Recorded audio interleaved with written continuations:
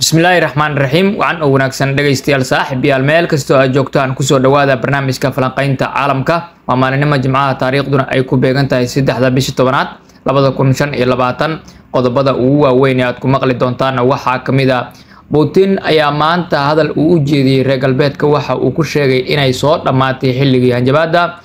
Telefishinka Ruushka ee RT ayaa ku waramay wax yar ka hor 5 gantaal laga riday marinka Gaza. Israel oo afduubatay doomihii ku socday marinka Gaza. Qodobadaas oo faahfaahsan ayaad ku maqli doontaan dhageystayaal saaxiibayaal.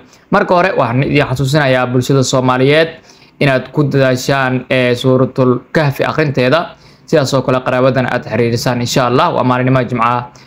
marka hore dhageystayaasheena daawadayaasheena waxaan ka codsanaynaa inay barnaamijka noo share gareeyaan sidaas oo kale subscribe inoo dhahan mahadsanidin dhamaad. Madaxweynaha Ruushka Vladimir Putin ayaa maanta hadal uu jeediyay reer galbeedka waxa uu ku sheegay intii lagu guda jiray 1990-meeyadii reer galbeedka waxa ay ku raaxaysanayeen inay haystaan awood buuxda oo aan xad lahayn. Xilligii maamulkii Clinton Ruushka 2 jeer ayuu isku dayay in uu la dhiso Mareykanka nidaam amni oo caalami ah oo cusub iyo inuu Ruushka ku biiro NATO. marka waxa uu ii sheegay inuu dib ugu laabanayo xulfadiisa balse waa ay diideen iyaga oo tixraacaya waxyaabaha ku qufulan maskaxdooda. maanta taasi wax baa iska bedelay waxa ayna bilaabeen in ay yiraahdaan Ruushka ayaana soo weerarayo ma weerarayo Ruushka dalalka NATO si degan u seexda oo dhibaatadiina si la tacaala eega waxyaabaha ka socda wadooyinka Yurub.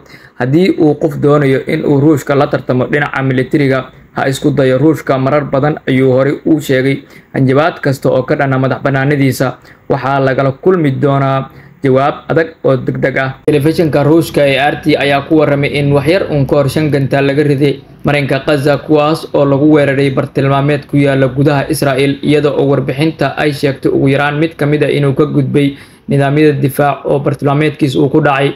gantaaladan waxaa Gaza laga tuuray xilli maanta ay Hamas sii daysay muuqaalo argagax ka dhaliyay gudaha Israel oo lagu arkay dagaalamyaalka Qassam oo toogasho ku dilaya askar ka tirsan kuwa Israel.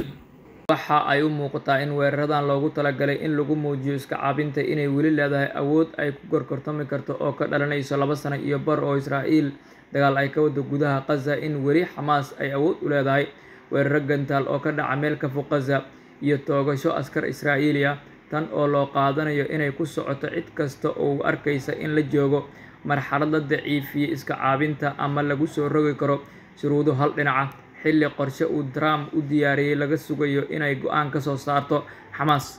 Israel ayaa afduubatay doomihii ku socday marinka Gaza si ay u jibiyaan go'doominta waxa ayna ku qasbeen ciidanka Israel inay doomahan ku xirtaan dekada Asqalaan ee dhulka Israel ay haysato taa oo ka dhigan in markii labaad isku day lagu doonayay in lagu jibiyo go'doominta Gaza inaysan suurto galin. ciidanka Israel ayaa hareerayay 10 doomood oo ku sii jeeday marinka Gaza kuwaas oo ay la socdeen 500 oo qof oo u kala dhashay 46 dal oo caalamka ah waxaana ku jiray xildhibaano ka tirsan baarlamaanka Turkiga iyo shakhsiyaad kale oo caan ah.